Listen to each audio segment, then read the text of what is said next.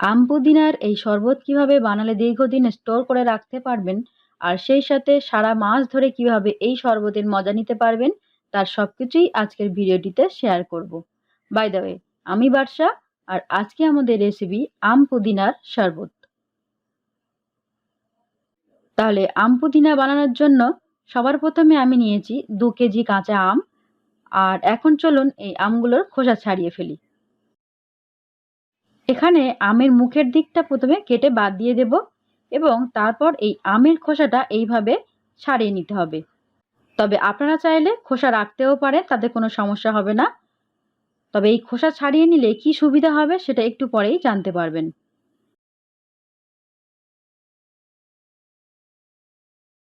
এখন এই আমের গায়ে ছুরি দিয়ে একটু করে চিড়ে দিতে হবে।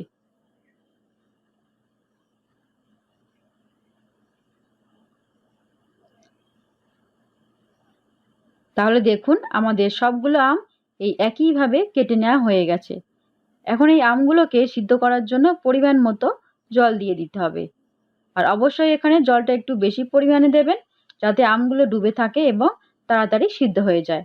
এরপর এর মধ্যে দেব বড় চামচের 1 চামচ লবণ আর 3 চামচ মতো ভিনিগার দিয়ে আমগুলোকে চুলায় সিদ্ধ করতে বসিয়ে দেব। চুলায় বসিয়ে এইভাবে ঢাকা দিয়ে সিদ্ধ হওয়া পর্যন্ত অপেক্ষা করতে হবে। তবে ততক্ষণ চলুন পুদিনা পাতার পেস্টটা তৈরি করে ফেলি। তো তার জন্য এখানে একটা মিক্সিং বোলে ফ্রেশ পুদিনা পাতা নিয়ে নিয়েছি। এখন এটাকে পেস্ট করে নিতে হবে। তবে আপনারা চাইলে এখানে সামান্য জলও অ্যাড করতে পারেন। তো দেখুন আমাদের পুদিনা পাতার পেস্টটাও তৈরি হয়ে গেছে। আপনারা নিশ্চয়ই দেখে বুঝতে পারছেন পুদিনা পাতার পেস্টটা কিন্তু এরকমই স্মুথ হবে। এখন চলুন দেখি আমাদের আমগুলোর কি অবস্থা। এখানে আমগুলো সিদ্ধ হয়েছে কিনা এইভাবে একটা হাতল দিয়ে একটু চেপে চেপে চেক করে নিতে হবে। তো আপনারা নিশ্চয়ই দেখে বুঝতে পারছেন এখানে কিন্তু আমগুলো খুব ভালোভাবে সিদ্ধ হয়ে গেছে। এখন চুলার গ্যাসটা বন্ধ করে ঠান্ডা হওয়া পর্যন্ত অপেক্ষা করতে হবে। এরপর আমগুলো যখন পুরোপুরি ঠান্ডা হয়ে যাবে, আপনারা চাইলে হাত দিয়ে এর শাঁসটাকে বের করে বীজটাকে আলাদা করে নিতে পারবেন।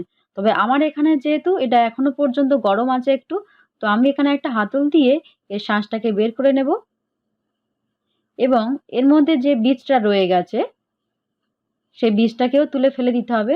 আমি এখানে একটা ছাঁকনির সাহায্যে এর বীজগুলোকে তুলে আলাদা করে নেব।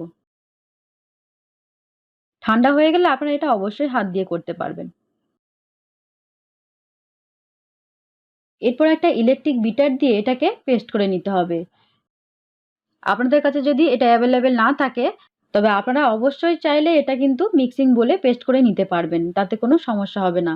আমার এখানে যেহেতু আমটা এখানে এখনো পর্যন্ত গরম আছে, তার জন্য আমি এখানে মিক্সিতে দেব না।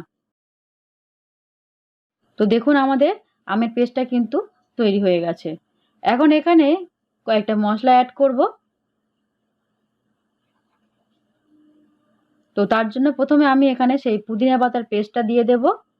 তারপর দিয়ে দেব 1 চামচ জিরে, 1 চামচ চাট মশলা, 1 চামচ ব্ল্যাক সল্ট আর দেব জলজিরা পাউডার 1 চামচ। এরপর এই সবগুলোকে একসঙ্গে একবার ভালো করে মিশিয়ে নেব। খুব ভালো করে এটাকে মিশিয়ে নিতে হবে, যাতে মশলার কোনো রকম কোনো দলা না পাকিয়ে থাকে।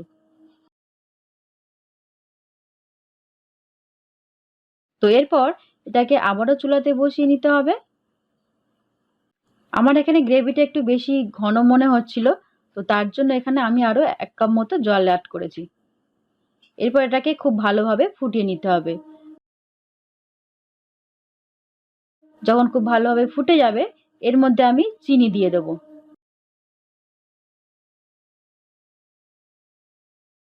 তো এখানে আমি প্রায় 1 কেজি মতো চিনি ব্যবহার করেছি।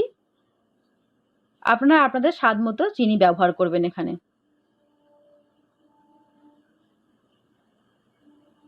আর এখানে দেখুন এই সাইডে সাইডে যে বাবলগুলো উঠেছে, এগুলো অবশ্যই ফেলে দেওয়ার চেষ্টা করবেন। এগুলো ফেলে দিলে আপনার এই শরবতটা কিন্তু অনেকটাই ফিল্টার থাকবে, ফ্রেশ থাকবে।